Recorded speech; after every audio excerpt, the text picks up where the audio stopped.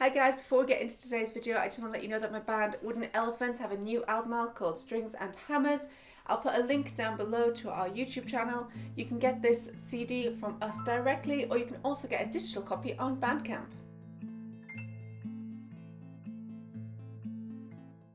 Hi guys, welcome back to my channel. If you're new here, welcome. On this channel we post writing tips, unboxings, book hauls, book reviews and the occasional vlog. And today I have another book review for you, and it is The Gilded Ones by Namina Forna. Now this one, you may have seen me unbox in my book haul. If you haven't, the link is above me now. It was a greatly anticipated read for me. Why? The cover. It is beautiful.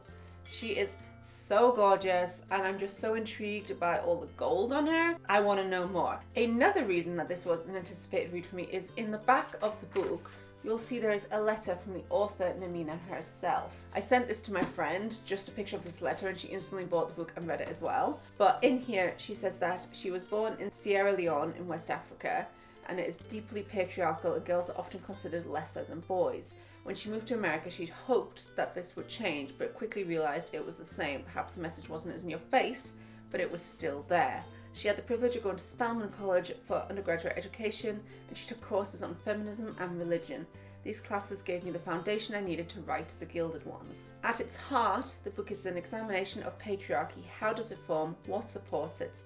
How do women survive under it? And what about men or people who don't fall into the binary? Who thrives and who doesn't? So after I obviously read that, we all knew I had to read this book. And it does challenge it. A really interesting YA read. So it's a normal YA, as in it's fast paced, it has big writing inside, it doesn't hang about, and it brings up the issues but doesn't necessarily go really into it. Not like Cantores, which is a book I reviewed. If you haven't seen that, the link is above me now, where it's so harsh and horrible. This is unbelievably harsh, but it doesn't give you the detail as much of it because it is YA. But that makes it more palatable to read. Before we review this book, as always, I will read you guys the blurb. First of all, on the back it says, "Are we girls or are we demons? Are we going to die or are we going to survive?" In this bold and immersive fantasy, a young heroine fights to save a world that would dare tame her and discovers she is her own fiercest weapon. Decca lives in fear of the blood ceremony that will determine whether she can become a member of her village. If she bleeds red, she will belong. But on the day of the ceremony, her blood runs gold, the colour of impurity, of a demon. The consequences force Decca to leave her village with a mysterious woman, destined to join an army of girls like her. The Alaki, girls who are near immortals with rare gifts, and the only ones able to stop the Empire's greatest threat. But as she journeys to the capital to train for the battle of her life, Decca discovers the Great Walled City holds many surprises. Nothing and no one are quite what they seem, not even Decca herself. It's a rare book where women are actually warriors and they fight better than the guys for once in our lives. It also has a lot of great reviews. On the back has a review from BuzzFeed which says fans of Children of Blood and Bone and Black Panther are going to adore this. On the inside, I mean, I can show you it there. It has a full page of reviews. Stephanie Garber, who is a New York Times best-selling author of Caraval. I have reviewed the Caraval series, the link's above me now if you haven't seen that. But Stephanie Garber says, an enthralling debut, The Gilded Ones redefines sisterhood and is sure to leave readers both inspired and ultimately hopeful. We also have a review from Elizabeth Lim, who is the author of Spin the Dawn and also the author of Six Crimson Cranes, which I've also reviewed. If you want to see that review, it is above me now. And she says, an epic new fantasy with heart-stopping stakes and a fierce, persevering hero, The Gilded Ones is a dazzling and powerful debut. I do have to agree with that. It is definitely powerful, it is fierce, and it is very refreshing to read. Finally, as I said earlier, a book with female warriors who fight better than a lot of the men and also just get on with it. It is fantastic. Now I will do spoiler free first, and then I'll go into the spoiler section. I will warn you before that happens. This book does tackle interesting patterns in religion, primarily the downsizing and hatred towards women. So the idea that women have to cover up, that women are demons, that your monthly bleeding causes problems, things like that. Women aren't allowed outside, women aren't allowed to do anything without being chaperoned by a man. Though this is a fantasy world, these are things that a lot of religions do to women.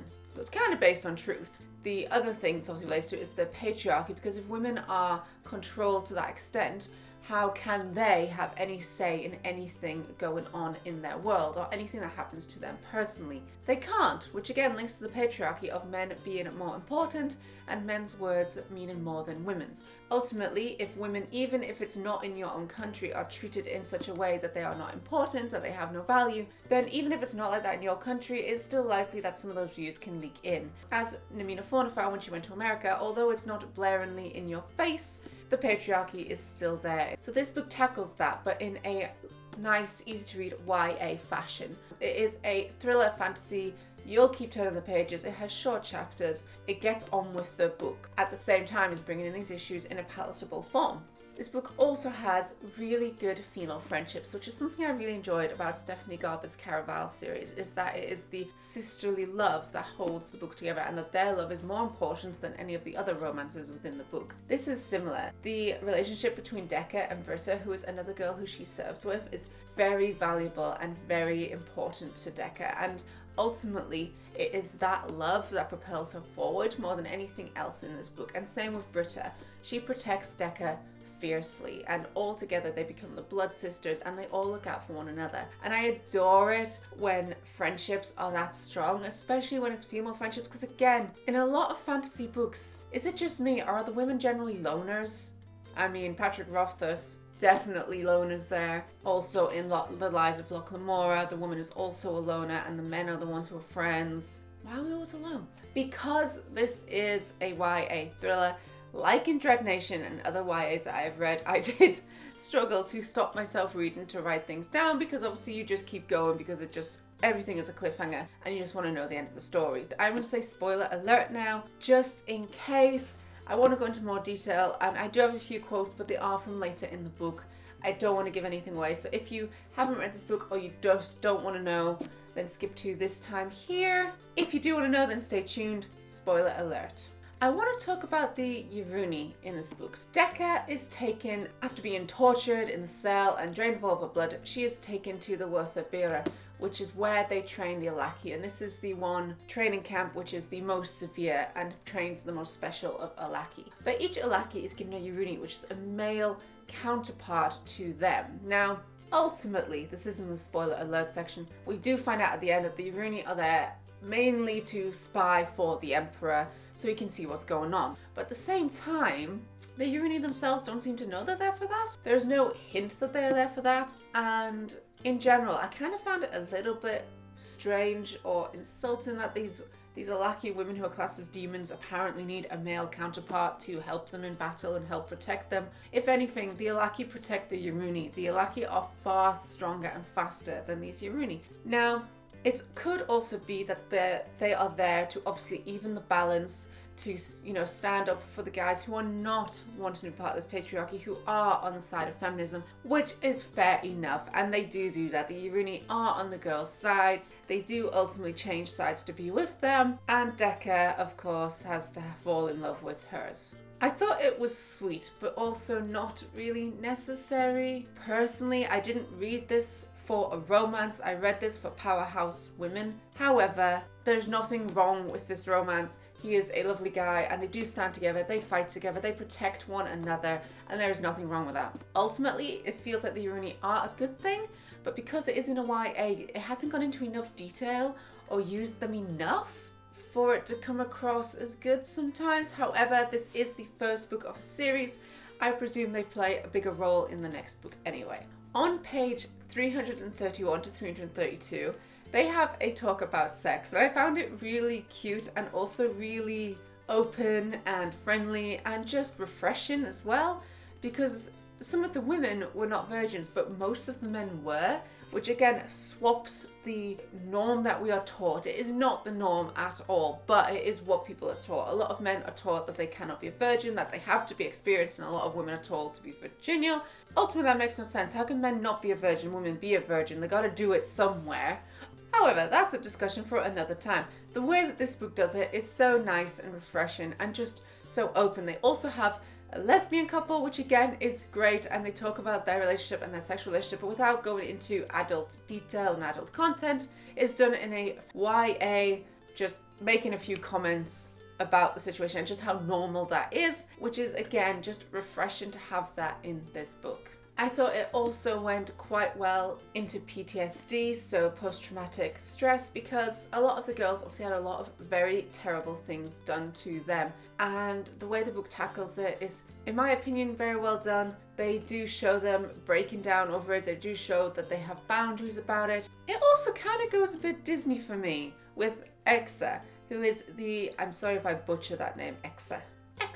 Exa is a shape-shifting, in my head, dragon, feline type creature who Decca finds. We later find that they found each other on purpose, that Exa is a gift to Decca and they protect one another. Exa is a really cool character and very, very interesting, but it is also kind of Disney-esque, being that all female heroines need an animal sidekick. You know, we're looking at Moana here with the chicken. Raya, the last dragon, who also has that cool sand eater animal. I do like Exa. I don't know if they're necessary possibly to the book, but again, this is book one. It might need a bigger role in the next. It does play a big role as they do protect Decca. They do get her out of a lot of situations, but there's so many people there who could also have done that. But I'm not going to complain because cute animals, I can't not enjoy them. Welcome back if you've just joined us. We're now going back to no spoilers again.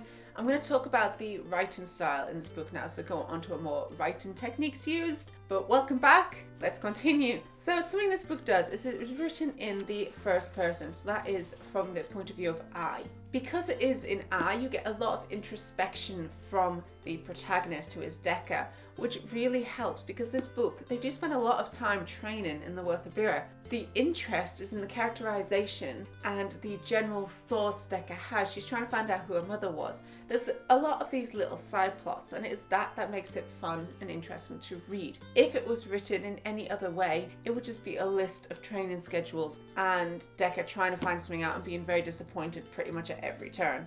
It also does no payoff until the end, really. She finds out her mum was a shadow, but there is no information about her. She is given no information from White Hands until the end of the book, which holds off and makes the reader continue reading because you want to know this information. You need to know it, but you can't until the end. Sorry. The short chapters, as I mentioned at the start, also lend it to being a thriller read, which just keeps you turning the pages. This is really good for a book which is ultimately the traditional plot of orphan training, big battle at the end. It is a very stereotypical fantasy plotline. It has stereotypical tropes such as the pet and the love interest. So she gets knocked down every turn until the end. It's a story we've all read before. However, the reason it doesn't feel as tropey is because although we've read it before, we haven't read it as often with the women being the powerful ones, with the women fighting back.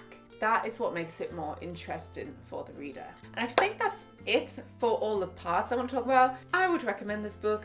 It was a really easy, fast read. I still don't fully understand the Uruni. I think it could have been fine without them. However, I do also get that there needs to be a balance and that they are there to show that not all men are part of that patriarchy and to show that there is a difference. So ultimately, they are good. I'm just confused sometimes. Ultimately, I thought this was a really good read. I do recommend it. It is just refreshing to read books with female warriors in it and to just have powerhouse women and also black women. It is great. She has people from all over the world, different hair colors, different skin colors, different names as well. I love that. I would recommend reading this. It was a really good, easy to read YA fantasy. It's very refreshing, powerhouse women. It has amazing animals in it, really intriguing world building. I would give this book 10 out of 10 stars.